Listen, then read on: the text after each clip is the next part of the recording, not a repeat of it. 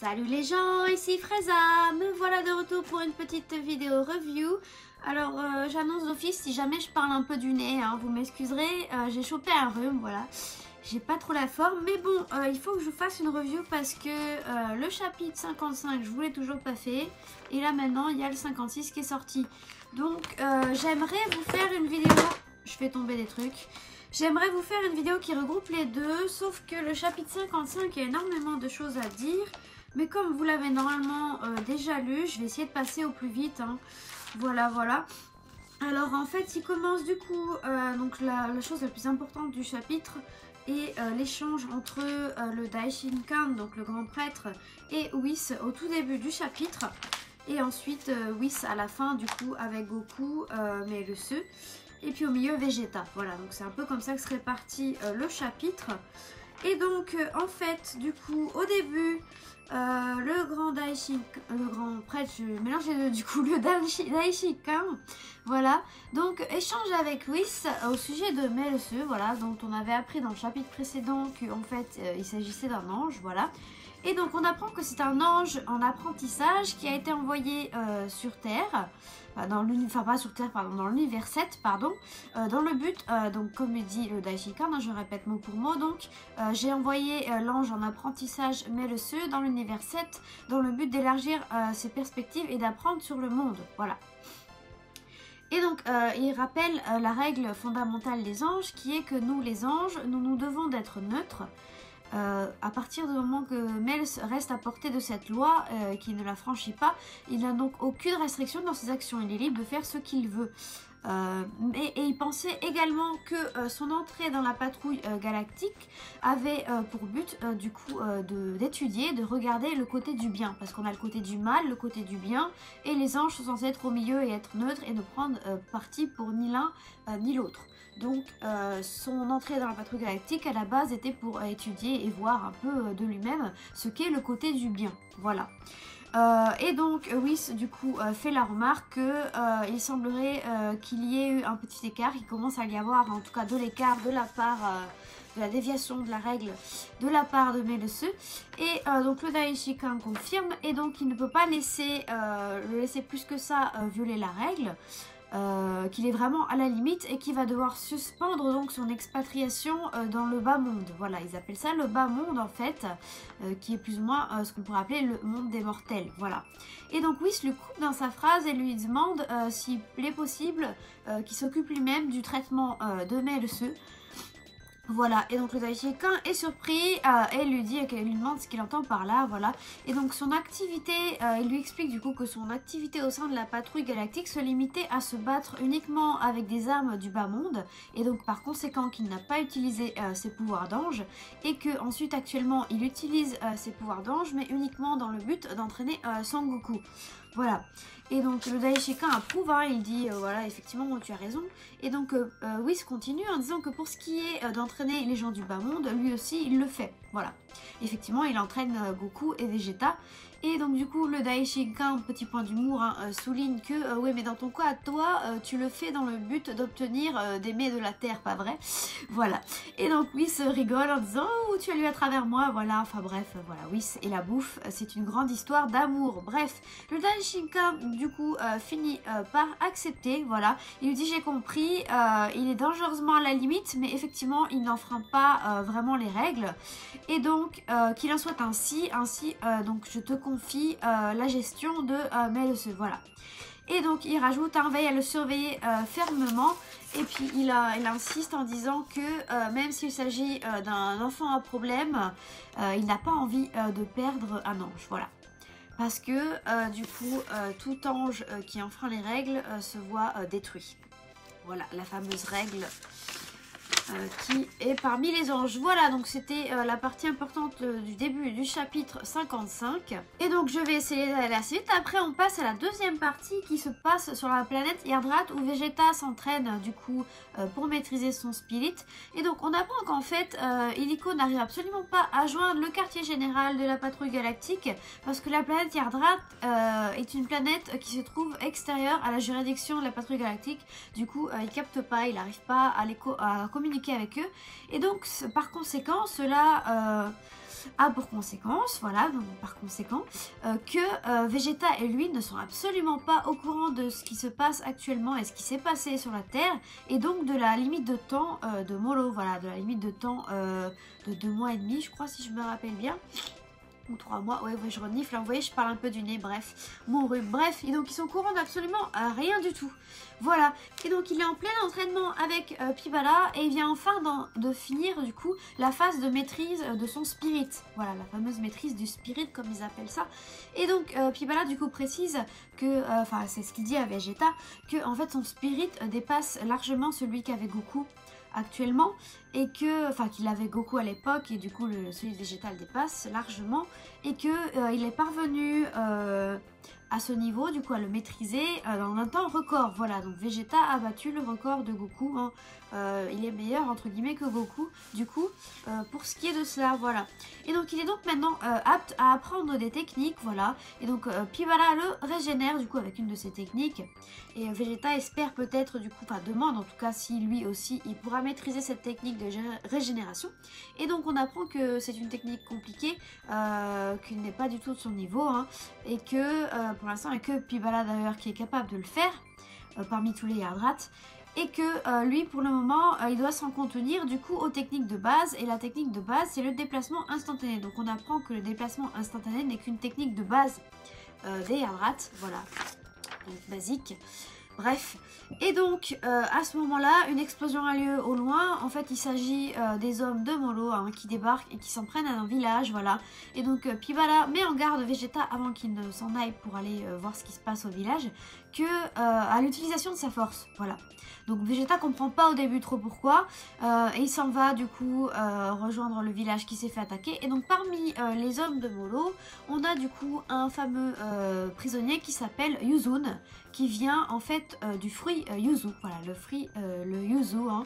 Donc Yuzun, qui est en fait quelqu'un de la même race que Zarbon, voilà, Zarbon comme on dit ici.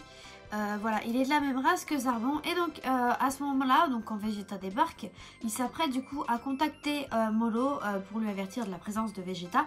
Et en fait, à la base, Vegeta s'apprêtait du coup à détruire son téléphone avec un 5 petits Kikoa, hein, juste pour le faire exploser le téléphone et qu'il puisse pas contacter.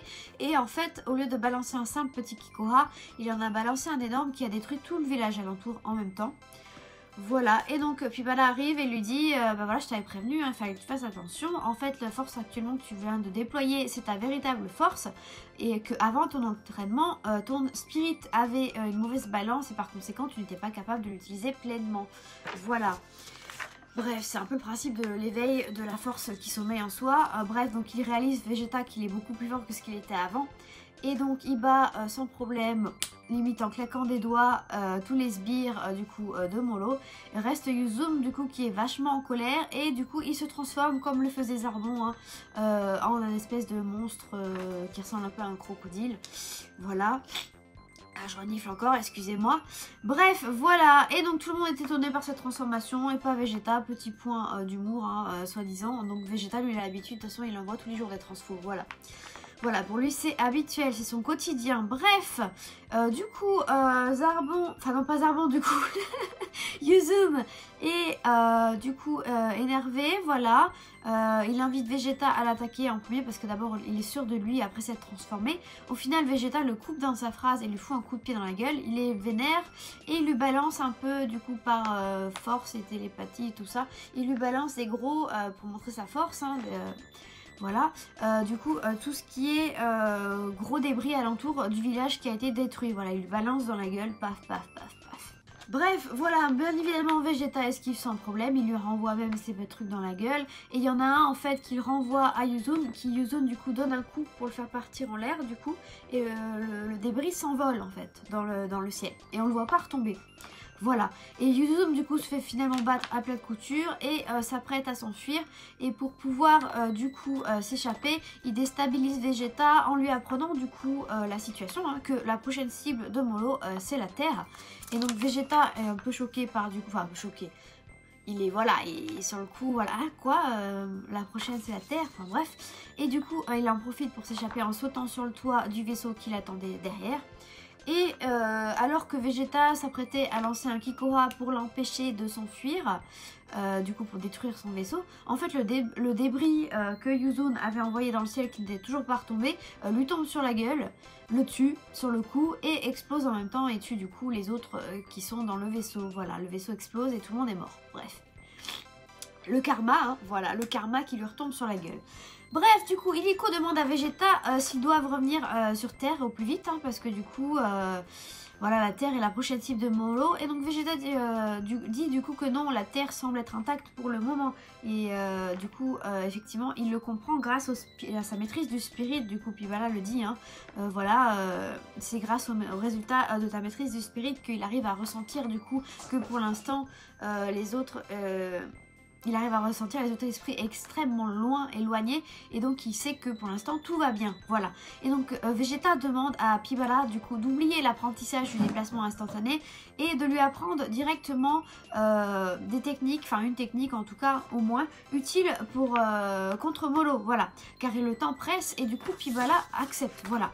Ensuite on passe à Molo du coup qui a réussi du coup à ressentir que Vegeta a augmenté sa puissance. Et du coup Sagambo est surpris et Molo lui explique qu'il se trouve actuellement sur la planète où se rendait Yuzun et que ce dernier est mort. Donc Molo il est au courant d'absolument tout ce qui se passe, il arrive à tout ressentir lui. Voilà, donc Molo se réjouit quand même du coup de l'évolution des choses malgré la mort de ses guerriers, bref.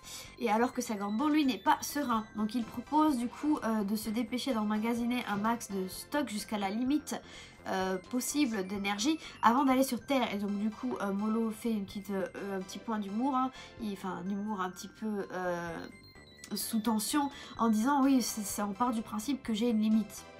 Voilà, donc pour lui il est sans limite. Bref, et donc du coup ils s'en vont absorber d'autres planètes, voilà. Et donc on termine après avec Goku qui était sur son entraînement du coup avec Melsu, voilà. Donc l'entraînement va toucher à sa fin, voilà, les 2 mois arrivent, donc c'était bien 2 mois hein, qu'il y avait de délai. Et donc ils décident de faire un dernier affrontement en donnant tout ce qu'ils ont en fait pour que Goku balance tout ce qu'il a appris et Melsu lui balance sa pleine puissance. Mais alors du coup qu'ils s'apprêtaient à le commencer, ils se font téléporter hors de la salle et oui ça apparaît devant eux, voilà. Donc Melsu du coup s'exclame grand frère, donc on apprend que Whis est le grand frère de Melsu.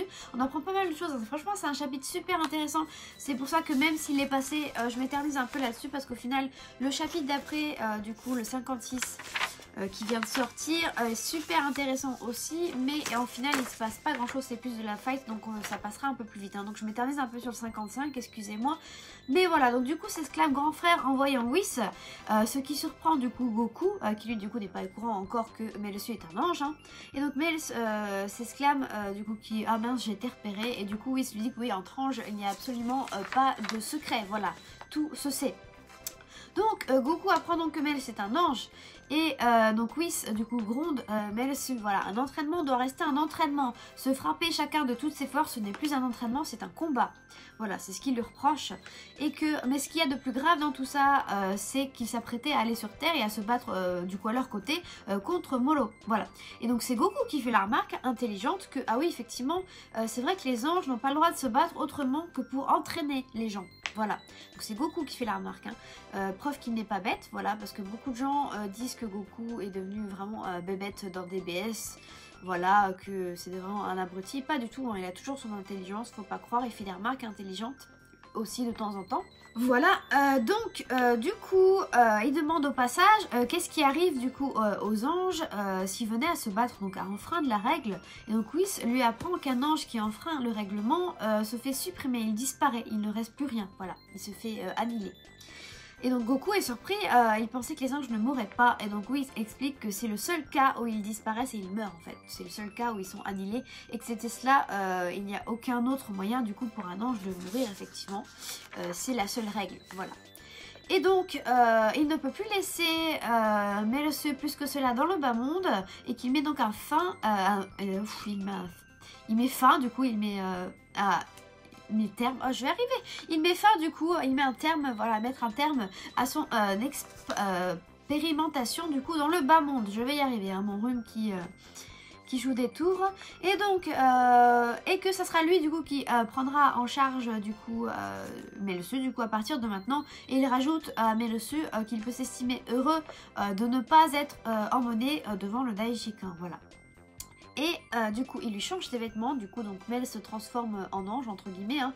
Il a des vêtements d'ange et donc Mel s'excuse auprès de Goku de ne pas pouvoir venir avec lui et lui restaure également les vêtements, donc à Goku ses anciens vêtements. Et il rajoute qu'il croit en le fait que si c'est Goku il parviendra à battre Molo. Voilà, donc Whis annonce alors qu'ils repartent pour le monde céleste et donc ils emmènent donc Melsu avec lui, voilà. Et alors que Goku s'apprêtait à rentrer sur Terre, du coup, il s'aperçoit qu'il se retrouve tout seul avec le vaisseau spatial et qu'il sait pas le piloter. Voilà, donc il crie après Whis, encore petite case d'humour à la fin du chapitre, il crie après Whis de revenir juste un instant au moins pour le ramener sur Terre, voilà. Et donc le chapitre se finit là-dessus, le chapitre 55 donc. Alors du coup ce chapitre 56, donc je vais vous lire le résumé que j'ai fait du coup pour mon site hein, pour lequel je travaille, donc Dragon Ball Super France. Je vous mets le lien en description comme d'habitude, hein. Vous pouvez aller lire le résumé même si je vais vous le lire du coup à haute voix dans cette vidéo. Vous pouvez aller regarder celui de chapitre 55, vous avez le chapitre du coup 55 si vous ne l'avez pas encore lu, disponible normalement en français déjà. Le 56 ne l'est pas encore donc je vais m'occuper de cela, voilà. Et donc du coup résumé du chapitre 56, donc les forces de la patrouille galactique arrivent sur Terre en masse, Jaco étant le gérant en charge de la Terre, hein, il le dit tout le temps, il le disait au tout début aussi dans la FNF et tout ça, que ça le fait chier qu'il soit chargé de la Terre parce que du coup voilà, il est responsable, enfin bref, patati patata, hein. Donc il est, du coup il est poussé de force par les autres hein, à aller se battre en première ligne. Donc la première ligne qui n'est autre que celle des guerriers Z, donc les guerriers principaux qui vont se battre du coup, et les autres du coup la patrouille galactique, voilà, eux aussi ils sont là du coup juste pour épauler, voilà, derrière, pour aller récupérer les prisonniers du coup et les emprisonner, oui, et les rattraper du coup à nouveau vu qu'ils sont en fuite, voilà. Et d'ailleurs tous les guerriers Z portent le signe de la patrouille galactique sur leurs vêtements, c'est super cool, voilà, tout le monde est devenu de la patrouille galactique. Voilà, donc on y retrouve Kame Sennin, Krillin, Piccolo, Gohan, Tenjihan, Chaos et Yamcha. Yamcha est là, attention. Ce dernier se réjouissant que ce soit enfin son tour, voilà, petit point d'humour. Parce que Yamcha a été mis d'écart pour FNF, hein, Fukatsu no F. Il a été mis d'écart aussi pour le tournoi du pouvoir. Au final, Yamcha, il n'existait plus limite dans les guerriers Z. Hein, à chaque fois, on le contactait pas, alors que Tenshinhan, lui, était là, par exemple, et Kame Sennin aussi. Bref, il était mis à l'écart, et donc là, du coup, c'est rappelé à l'ordre hein, qu'il a été mis à l'écart jusque-là, et que là, cette fois-ci, il est là, c'est son tour. Voilà. Petit rappel donc par Yamcha lui-même, hein, c'est enfin mon tour. Voilà. Et donc, Chaos lui s'inquiète vu que ça fait longtemps qu'il ne s'est pas battu. Voilà. Ah, j'ai mon rhume, bref. Et donc, Jaco, du coup, joue les chefs, hein, voilà, en disant « Et les nouvelles recrues, donnez-vous à fond », voilà. Du coup, Yamcha peste en disant qu'ils sont les membres d'une équipe de toujours et que c'est plutôt lui la nouvelle recrue. C'est le cas de le dire, hein. C'est un peu l'effet inverse. C'est juste que là, du coup, ils sont entrés dans la patrouille galactique en tant que patrouilleur galactique, du coup, pour combattre Molo. Mais, donc, du coup, en tant que patrouilleur galactique, ce sont des nouvelles recrues. Sauf que c'est l'équipe de toujours hein, qui se bat contre les méchants. Et donc, c'est plutôt Jaco qui, lui, est le nouveau venu. Voilà. Le petit point d'humour. Et donc on apprend que Vegeta et Goku ne sont toujours pas là. Voilà. Jaco apprend à tout le monde que Goku est au courant de la situation, mais qu'en revanche Vegeta, lui, est injoignable. Donc comme je vous l'ai dit tout à l'heure dans le précédent chapitre, ils n'arrivent pas à se joindre mutuellement. Voilà. Ah voilà, hein, j'ai la voix qui commence à être cassée en plus, c'est pas grave. Bref, Jaco leur dit également qu'ils sont tous les deux préoccupés et intéressés par Molo et que par conséquent ils finiront bien par revenir, du coup se battre avec eux. Voilà, il n'a pas d'inquiétude là-dessus. Donc Majin Buu lui est également rapatrié sur Terre, donc depuis son combat de Namek, il est plongé dans un sommeil profond à nouveau. Voilà. Alors que Dende demande à SK quel type de vaisseau est celui de Molo, ce dernier fait son apparition. Voilà. Mais ce sont plusieurs vaisseaux qui en sortent avec des prisonniers, et donc les prisonniers évadés, hein, à l'intérieur et qui partent semer la zizanie aux quatre coins de la Terre pour récupérer ces trésors. Voilà, comme c'est la même procédure qu'ils font à chaque planète, hein. Ils s'en vont piller les trésors avant du coup de donner l'énergie à Molo. Voilà, donc ils font pareil pour la Terre au final. Du coup, ça surprend un peu les guerriers qui pensaient directement à un combat au front, hein, direct. Bref, du coup, Kame Sennin demande à Gohan et Piccolo d'attendre le boss des guerriers ici, hein, qu'il allait lui-même s'occuper des prisonniers, partant avec Krillin qui le porte, vu que ce dernier ne peut pas voler. Voilà, on rappelle, hein, Kame Sennin ne sait pas voler. Voilà, et donc finalement tout le monde décide de se séparer dans les différentes zones. Il en va de même donc pour les patriotes galactiques qui partent du coup les épauler chacun par-ci par-là. Voilà, donc Krillin se retrouve de nouveau face à Yumba, qui est avec le groupe des 3 filles que l'on avait vu dans un précédent chapitre. Et donc ces dernières n'ont que faire du duel de Yumba, hein, qui en gros il reprend un duel qu'il avait déjà commencé, et partent donc se déchaîner ailleurs. Et donc du coup, alors que Krillin expliquait du coup que Yumba, malgré son apparence, était extrêmement rapide et qu'il fallait donc mieux l'attaquer ensemble à deux, ce dernier en fait décide d'aller à la poursuite des filles et laisse Krillin tout seul. Voilà. On retrouve de nouveau Gohan et Piccolo qui vont devoir du coup affronter à nouveau Shimoleka et Sevensley, et de toute façon ils les attendaient, ils se sont entraînés dans ce but là en fait pour pouvoir vaincre Sevensley. Ils sont les seuls et uniques à pouvoir le vaincre, voilà. Et donc alors qu'ils pensaient que Shimoleka était venu seul parce qu'il n'y avait aucune trace de Sevensley avec eux, en fait il se trouve que Sevensley avait absorbé une technique d'homme transparent, donc d'homme invisible, et qui du coup il apparaît par surprise derrière eux pour leur saisir leur coup, donc donc dès le début ils se sont chopés leur technique. Mais bon, donc Shimoleka du coup leur dit que leur entraînement n'aura servi à rien vu qu'ils se sont fait absorber leur technique actuelle. Mais du coup Piccolo et Gohan avaient prévu le coup de se faire absorber les techniques, et ça ne les surprend absolument pas. Ils s'étaient entraînés donc pour du coup leur technique la technique qu'ils ont mis au point du coup pour vaincre Shimoleka en fait se consiste à fusionner leurs attaques, ce qui marche très bien. Ça déstabilise Sevensley parce que ce dernier Sevensley possède bien évidemment la technique de régénération de Piccolo, donc en fait il se fait même s'il se fait du coup toucher, il peut se régénérer à mort, mais du coup en fait le fait que Piccolo et Gohan combinent leurs techniques, en fait, Sevensley, il n'arrive pas à suivre parce que lui, il peut copier les techniques que d'une seule personne. Je rappelle, hein, il a 3 petits cercles là, il switch en fait entre les dernières personnes, mais du coup, s'il a les techniques de Piccolo, il peut pas utiliser celles de Gohan en même temps. Voilà, donc du coup, ça le met dans la merde le fait que les deux techniques soient combinées. Voilà, donc Shimoleka du coup demande à Sevensley, qui est en mauvaise posture, de switcher avec les techniques de Gohan, vu que c'est lui qui semble être le plus fort des deux. Voilà, et donc ensuite du coup on passe à Yamcha, et donc c'est donc Yamcha qui s'occupe des prisonniers facilement, voilà, avec beaucoup de facilité, avec donc son petit moment de gloire, hein, un petit moment de gloire de Yamcha, donc avec la patrouille galactique qui les récupère du coup derrière pour les arrêter à nouveau. Donc Yamcha part alors vers un autre point où se trouvent des guerriers, et on s'arrête là. Du coup il a son petit moment de gloire et il est part rejoindre un autre endroit où il ressent des guerriers qui se déchaînent. Voilà. Du coup on revient encore à Gohan et Piccolo qui s'apprêtent à porter le coup final, quasiment en tout cas, à Sevensley avec un Masenko et un Makako Senpo fusionnés. Voilà, c'était super classe. Et du coup Sevensley est dans un très piteux état, mais il n'est pas encore totalement détruit. Et donc du coup Piccolo fait la remarque que s'il n'arrive pas à le vaincre totalement au plus vite, il va encore utiliser la technique de Molo d'absorption d'énergie. Voilà, et alors qu'il s'apprêtait effectivement à le faire sous les ordres de Shimoleka, ils se font tous les deux d'ailleurs prendre un coup de pied dans la gueule, hein, et ils se prennent un violent coup et valsent loin. Et les personnes qui les ont fait valser loin, il ne s'agit d'autre que C17 et C18 du coup qui font enfin leur apparition. Voilà, cela faisait partie du plan de Gohan et de Piccolo pour contrer la technique d'absorption de Ki de Molo qu'utilise Sevensley, parce que tous les deux, voilà, vu qu'ils sont des androïdes, enfin des humains artificiellement modifiés, ils ne possèdent pas de ki. Voilà.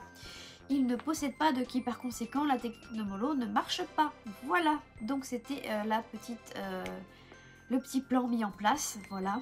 Voilà, donc après on passe à Molo qui pèse que ces hommes soient des bons à rien, mais en même temps il se réjouit, encore une fois, hein, à chaque fois ces hommes se font battre, ça le fait chier, mais en même temps il se réjouit, voilà, tout le temps, le chapitre 55 c'était ça aussi, il se réjouit car sinon il serait venu pour rien, voilà, et il se demande du coup par qui il va commencer pour son repas d'énergie. Voilà, et donc on se retrouve après avec Vegeta, donc qui essaie de maîtriser une nouvelle technique qui vient visiblement de rater. Voilà, il l'a raté, il n'arrive toujours pas à maîtriser la nouvelle technique. Et alors qu'il veut la tenter encore une fois, Pibala l'arrête et lui demande s'il a ressenti le spirit en provenance de la Terre. Donc Vegeta acquiesce en disant que ça semble avoir commencé, donc les combats de Molo et ses hommes, depuis un petit moment. Voilà, donc le petit Yardrat qui était avec eux donc lui demande si ça lui convient de ne pas y aller. Et Vegeta réplique que sa technique n'est pas encore au point, donc y aller n'aurait aucun sens. Et que pour le moment, Molo n'a pas encore fait son entrée de jeu. Il lui reste donc encore un peu de temps, voilà, donc il s'apprête vraiment à aller à la limite de la limite, quoi. Voilà, tant qu'il n'a pas maîtrisé sa technique, ça sert à rien qu'il y aille, voilà. Et donc le chapitre se termine ensuite, du coup, sur un Goku qui est perdu dans l'espace et qui demande aux habitants d'une planète vers où se trouve la Terre, voilà. Donc j'ai fini mon petit résumé. Et donc, du coup, je vais vous passer quelques petits détails que je n'ai pas mis dans le résumé, qui ont leur importance. À savoir qu'en fait, on apprend que Goten et Trunks ne sont pas là, parce que encore une fois, comme pour le tournoi du pouvoir, en fait, il s'occupe de garder l'île à la place de C17. Voilà, il faut savoir que C17 refuse de bouger de son île, ça ne change pas s'il n'y a personne pour garder son île à sa place. Voilà, et en fait, du coup, on apprend au passage, en fait, il change avec les androïdes, c'est super intéressant.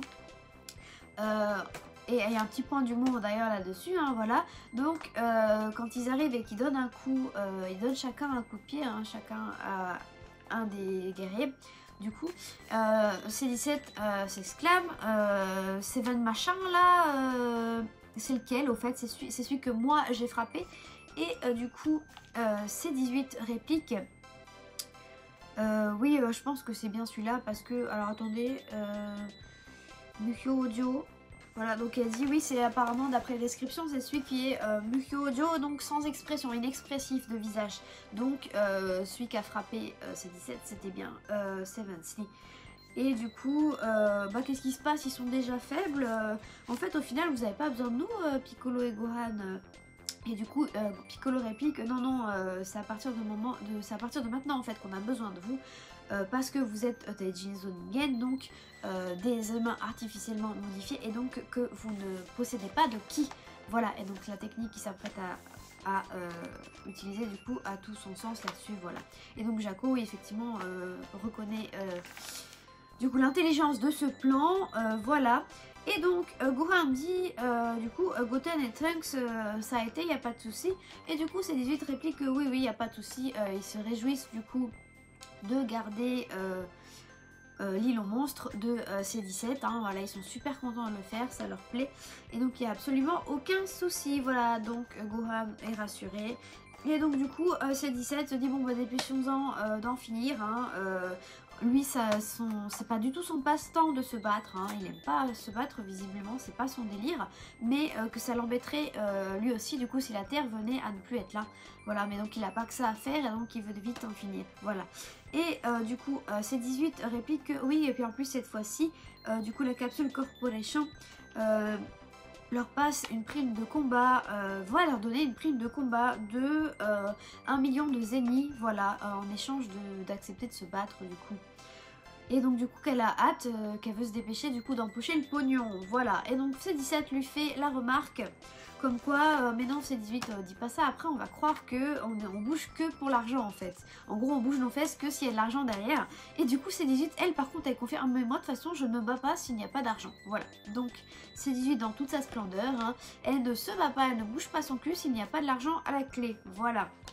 Et C17 lui il fait ça parce que y a de l'argent également à la clé pour lui. Et que ça le ferait chier que la Terre soit plus là, hein, voilà. Voilà, donc c'était un petit peu la petite parenthèse Android, hein, que je n'ai pas précisé dans mon résumé, donc que je vous précise maintenant. Voilà le petit échange entre les deux. C'était super sympathique. Voilà. Alors ensuite, ce que je vais faire, c'est les points importants du coup sur les deux chapitres. Le chapitre 55, le point important, on en apprend plus sur Miles, du coup, qui est un ange, qui est le petit frère de Whis, qui a été envoyé du coup dans le bas monde à terme d'études, hein, parce que c'est un ange encore en apprentissage, qu'il est à la limite de dépasser du coup la règle de l'ange qui consiste à rester neutre et donc à ne pas se battre avec ses pouvoirs. Du coup Vegeta aussi que du coup si un ange dépasse va enfreindre cette loi, il se fait supprimer. Voilà, c'est le seul moyen de supprimer les anges, c'est qu'il dépasse cette loi. Et du coup Miles voilà, ne prendra pas part au combat final. Il est mis à l'écart, voilà, il est emporté par Whis. Ensuite, on apprend du coup que Vegeta est meilleur que Goku pour ce qui est de la maîtrise de Spirit, qu'il l'a fait en un temps record. Voilà, point important. Et c'est tout. Et que Goku a fini son entraînement et qu'on ne sait pas du coup ce qu'il a appris encore, c'est le mystère. Voilà. C'est à peu près tout ce qu'il y avait de très important, je pense, dans le chapitre 55. Voilà, et donc le chapitre 56, du coup les points importants, tous les guerriers Z sont réunis à l'exception des enfants, mais Yamcha est compris, voilà. Gohan et Piccolo se sont entraînés donc pour trouver une technique pour parer Seven Slee, voilà, qui consiste à fusionner leurs attaques. C'est super classe et c'est super efficace, voilà, ça l'a déstabilisé parce que Seven Slee ne peut utiliser qu'une personne à la fois pour ses techniques. Voilà, C17 et C18 sont là pour parer la technique de Molo. Voilà, c'est vraiment un plan bien réfléchi de la part de Gohan et Piccolo. Parce qu'ils ne possèdent pas de ki donc. Ils ne possèdent pas de ki donc ils ne peuvent pas se le faire absorber. Voilà, Vegeta n'a pas encore fini la maîtrise de sa technique. Et qu'il attend vraiment le dernier moment du coup pour rejoindre la baston. Pour être sûr d'y aller en maîtrisant du coup sa technique. Voilà, et c'est à peu près tout ce qu'il y a parce qu'en fait il se passe quasiment que de la baston entre Gohan et Piccolo dans ce chapitre, donc c'est les seuls points à relever je pense. Ensuite, point d'humour, voilà, mon point d'humour je vais pas repasser sur le chapitre 55, en vrai il n'y en avait pas beaucoup des points d'humour sur le chapitre 55, le principal c'était surtout Goku à la fin du coup qui se retrouve bloqué parce qu'il n'arrive pas à piloter, il peut pas piloter tout seul. Le vaisseau spatial. Ce point d'humour est repris à la fin du chapitre, du coup avec Goku qui est perdu dans l'univers, voilà, qui ne sait pas où se trouve la Terre. Je tiens à rappeler du coup parce que certains trouvent ça pas très logique, mais si c'est très logique. Goku et la technologie ça a toujours fait d'eux, hein, même au tout début dans Dragon Ball Z, hein, quand il va sur Namek, il sait pas comment fonctionnent trop les machines et tout ça, hein. Il se fait expliquer, voilà, c'est ce bouton là, c'est ce bouton là, et au final il fait la bourde d'ailleurs d'augmenter trop la pression atmosphérique du coup pour son entraînement. Là je sais pas trop comment on appelait ça en France, mais voilà, bref, donc c'est pas la première fois que lui la technologie ça fait d'eux, qu'il merde avec la technologie, et donc c'est logique, hein, il n'arrive pas à conduire, enfin visiblement il arrive à le conduire, tant bien que mal, mais il n'arrive pas à retrouver la Terre, enfin bref, il est dans le caca. Bref, et donc c'est logique, voilà. Ensuite, pourquoi il n'utilise pas le déplacement instantané? Et ça c'est expliqué depuis le tout début dans Dragon Ball Z, en tout cas dans la partie Z pour ce qui est de l'animé. À partir du moment où il maîtrise le déplacement instantané requiert de ressentir le ki des personnes. Et pour pouvoir ressentir le ki, déjà il faut savoir la direction, avoir la direction pour savoir où elle se trouve pour que ça facilite cette recherche de ki. Et en plus de cela, il faut pas être trop loin, voilà, quand c'est trop loin tu peux pas ressentir le ki. Et donc d'ailleurs c'était un petit peu aberrant pour Fukatsu no F, hein, qu'il arrive à ressentir le ki de la Terre, normalement de la planète de Bills et Whis il n'y arrive pas. C'est pour ça qu'à chaque fois ils utilisent Whis du coup pour aller sur la planète de Bills et pour rentrer sur Terre aussi également. Voilà, donc normalement tu ne peux pas ressentir si c'est trop loin. Voilà, et c'est aussi pour ça qu'ils ressentaient pas Broly et qu'ils n'ont jamais connu l'existence de Broly jusqu'à présent, c'était trop loin. Voilà, donc c'est aussi pour ça que Goku demande dans quelle direction est la Terre pour du coup faciliter et s'en approcher le plus possible pour pouvoir du coup après utiliser sûrement le déplacement instantané. Voilà, donc ce n'est pas une incohérence du tout. Bref, du coup point d'humour, donc ça, Goku qui est perdu dans l'espace, voilà. Ensuite on a Jaco qui est du coup poussé de force à aller au combat, hein, comme à chaque fois. Voilà, c'est le petit brin d'humour de Jaco qui fait sa poule mouillée, qui veut pas se battre, au final il se fait forcer. Là il se fait même forcer par ses propres forces. Par ses propres forces dans le sens ses propres subordonnés, voilà. Bref. Et donc, ensuite il joue les supérieurs également, voilà, petit point d'humour, hein, il joue les supérieurs en tant que patrouilleur galactique, mais en vrai c'est un peu lui l'intrus, voilà. Ensuite le fait que Yamcha soit de retour, voilà, Yamcha il le précise par lui-même.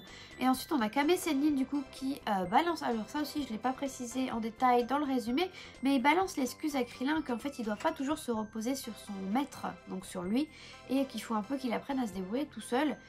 Et du coup que lui il s'en va à la poursuite des 3 filles. Voilà l'excuse. Kame Sennin ne change pas, il est toujours à fond sur les filles. Elles sont mignonnes, il a craqué dessus. Il veut s'en occuper lui. Voilà. Ensuite du coup le point des androïdes hein, que je vous ai dit tout à l'heure. Hein, avec l'argent et tout ça. Et voilà, écoutez, j'ai fait le tour en fait, j'ai fait le tour, voilà. Donc, qu'est-ce que j'ai pensé de ces 2 chapitres? Et écoutez, le chapitre 55 est un chapitre extrêmement important où on en apprend énormément de choses et super passionnant, voilà. J'ai adoré. Un petit peu compliqué à comprendre au début, je sais pas comment ça a été traduit pour vous, mais je pense qu'il y a dû y avoir pas mal de quiproquos et de mauvaises traductions parce que c'est du japonais assez compliqué qui est utilisé dans les explications au début par le Daishinkan des Whis quand ils se parlent entre eux. Bref, mais donc c'est super intéressant, on apprend tout sur Melus quasiment, hein, on apprend du coup qui il est réellement, pourquoi il est là et compagnie. Donc c'était super intéressant. Et puis la partie Vegeta, hein, la partie du coup humoristique, c'était plutôt dans la partie référence du coup dans le chapitre 55, c'est le fait la bataille avec Uzone, hein, voilà, référence avec la bataille de Vegeta contre Zambon sur Namek. Là c'est Uzone sur Yardrat. Voilà, c'était sympa. Moi personnellement j'adore Zambon, donc j'étais contente de revoir un perso, même s'il n'a pas duré longtemps, hein, il était là juste pour le gag. Revoir un perso de la même espèce, hein, ça rappelle que voilà, les personnages ne sont pas un seul de leur espèce, hein, il y en a d'autres de la même espèce que dans l'univers, hein, tout comme actuellement dans le jeu Kakaroto, on a un nouvel personnage qui est de la même race que Jis du Ginyu Tokusentai, voilà. Donc c'est super intéressant. Voilà, c'était sympa. Puis le retour de Karma, en final, il se tue tout seul avec son propre renvoi de... Enfin bref, il se fait renvoyer son karma dans la gueule, quoi. C'était super sympa, enfin super marrant. Voilà. Donc non, super chapitre. Le 55, franchement, super chapitre, rien à redire. Voilà, on apprend beaucoup de choses. Le chapitre 56, c'est beaucoup de bastons. Surtout beaucoup de Gohan et Piccolo qui sont énormément mis en avant, avec des combinaisons de techniques que jusqu'à présent on n'a jamais vues. C'était super classe, super bien réalisé, c'est un super bon chapitre, hein. J'ai adoré ce chapitre, voilà. J'ai adoré ce chapitre et en fait c'est vraiment la grosse partie du chapitre, hein. Il se passe quasiment que ça. Alors après il y a des gens qui sont là, ouais c'est redondant, encore Gohan et Piccolo qui se battent contre les deux mêmes et Krillin qui se bat aussi du coup contre, comment il s'appelle, Yumba, voilà. Alors c'est redondant, oui et non, parce qu'en fait de toute façon c'est la revanche, voilà. En fait leurs combats ne se sont pas terminés, il fallait qu'ils prennent leur revanche. Et de toute façon il n'y avait que Gohan et Piccolo qui étaient capables de contrer du coup Sevensley, parce qu'ils se sont déjà battus contre lui. De toute façon déjà il n'y avait que Gohan qui arrivait du coup à lui tenir tête, parce qu'il connaît par cœur les techniques de Piccolo. Donc ils ont mis au point une technique ensemble, voilà, pour pouvoir... venir à bout de Sevensley, donc il n'y avait que eux qui pouvaient s'occuper de lui, voilà, tout simplement, ils prennent leur revanche, ils ont mis un plan en place, voilà, donc c'est pour ça que c'est eux qui s'occupent d'eux, et donc ce n'est pas du tout redondant, hein, c'est logique, voilà, tout simplement, c'est logique. Par contre, Krillin qui se retape Yumba, c'est peut-être un peu redondant, je l'avoue, voilà, mais c'est pareil, en fait, c'est le principe de la revanche, voilà, donc ils n'ont pas fini leur combat, donc du coup ils prennent la revanche pour enfin les battre correctement comme il faut à plat de couture. Après, je suis super contente de revoir du coup nos amis les androïdes, hein, C17 et C18. Voilà, toujours les mêmes vêtements, hein, C18 en jogging, elle a la flemme, hein, franchement elle se casse plus le cul. Voilà, elle débarque en jogging. Et C17 du coup toujours dans ses vêtements de ranger, voilà. Bref, ils changent pas. Et voilà, et d'ailleurs eux, ils n'ont pas le signe de la patrouille galactique, il me semble. Parce qu'ils arrivent après, ça faisait partie du plan de Piccolo et Gohan. Non, ils n'ont pas les signes, voilà. Donc ils débarquent vraiment parce que c'est le plan de Gohan et Piccolo, voilà. Et qu'ils ont demandé du coup à Bulma de les abattre aussi avec de l'argent. Et les gamins qui gardent l'île du coup à la place de C17. Voilà. Après, au sujet de Trunks et Goten, du coup, qui encore une fois sont mis à l'écart, il y a aussi beaucoup de personnes qui se plaignent là-dessus. Alors je fais partie des gens qui auraient aimé les revoir se battre, qui auraient aimé qu'ils prennent part à cette bataille. Donc je suis un peu déçue sans vraiment l'être, parce que en fait c'est aussi de la logique plus ou moins. C'est-à-dire que depuis le début de DBS, hein, ils sont mis à l'écart, ils ne veulent pas que les enfants prennent part au combat. Il y a une raison, je pense, hein, il y a une raison. Déjà les mamans qui font leur maman poule, hein, voilà, elles n'ont pas envie que leurs enfants prennent part à des combats un peu trop sérieux et risquent leur vie. Bon, c'était déjà le cas avec Chi-Chi et Gohan, hein, voilà. Mais donc du coup là c'est vraiment maman poule avec Goten et Trunks. Et puis non, et puis parce que c'est des gamins, voilà, c'est des gamins, donc ils sont totalement inconscients et innocents, ils pensent qu'à jouer, et pour eux le combat c'est un jeu, voilà. C'est un jeu, de toute façon on l'a vu avec l'arc Majin Buu, hein, ils prennent plaisir, ils s'amusent, et d'ailleurs du coup ils font des gaffes qui font que ça met du coup dans des situations un petit peu périlleuses. Donc ils ne veulent pas reproduire ça, hein, ils veulent pas que les gamins les dérangent dans des combats aussi importants. Et du coup préfèrent les mettre à l'écart. Donc ça a toujours été le cas dans DBS. C'est un peu triste certes, mais bon c'est comme ça, c'est la logique. Donc au final, voilà, après C17 qui lui ne bouge pas si il n'y a personne en échange sur son île. Donc ça paraissait logique que Trunks et Goten soient encore du coup là-bas pour protéger l'île, hein. Surtout qu'ils s'éclatent sur l'île, apparemment ça avait l'air de leur plaire. Donc voilà, ils sont contents de retourner et du coup d'avoir des responsabilités. Voilà, on leur confie des responsabilités de garder l'île. Voilà, donc c'est plus de leur acabit de gamins, hein, voilà. Hein. Après, c'est pas des gamins normaux, c'est des Saiyans, en tout cas des demi-Saiyans. Donc ok, ils sont puissants, mais bon, faut pas oublier que les combats ne se gagnent pas que par la puissance. C'est pas parce qu'ils sont sûrement plus puissants que Yamcha quand ils fusionnent tous les deux, ou même un à un, que ils valent mieux, comment dire, la place de Yamcha aurait été mieux prise par ces deux-là. Non, il y a leur comportement fait que ils mettent en danger également les autres, hein. C'est le principe de travailler en groupe. Voilà, donc c'est pour ça qu'ils sont mis à l'écart, et c'est pas que parce qu'ils sont plus puissants soi-disant qu'Yamcha que forcément ils ont plus leur place dans la team. Voilà. Bref, un combat comment dire, le déroulé, bref, le final d'un combat, hein, qui gagne, qui ne gagne pas, ne se choisit pas que par la force. Voilà, c'est pas le plus fort qui gagne forcément à chaque fois. Il y a aussi de la technique, du plan et tout ça, tout ça. Bref, et donc les gamins, eux, ils réfléchissent pas et voilà, bref. Bref, je vais pas m'éterniser là-dessus. Mais bon, je suis d'accord, moi aussi ça me triste un petit peu qu'ils soient mis à l'écart. Mais bon, c'était logique. Voilà, je vais pas m'éterniser. Et donc, eh bien, écoutez, je pense que j'ai fait le tour de ce que j'avais à dire sur ces chapitres, hein. Si jamais j'ai oublié des choses, n'hésitez pas à me poser des questions en commentaire, hein. Je vous y répondrai, parce que là, la vidéo va durer 300 ans. Et donc, écoutez, en plus, j'ai la voix qui commence à être cassée et j'ai le nez qui est bougé de plus en plus. Voilà, j'ai la crève. Écoutez, je vous dis à bientôt, du coup, pour une nouvelle vidéo review de Dragon Ball Super. Au revoir. Pour soutenir ma chaîne, un petit pouce bleu si la vidéo vous plaît, vous abonner à la chaîne si ce n'est pas déjà le cas, ou bien sur ma page Utip dont le lien est en description. Merci d'avance. Et l'on n'oublie pas de me suivre sur les réseaux sociaux, Twitter et Instagram, Freza_Sama, et sur Facebook, Freza0Sama.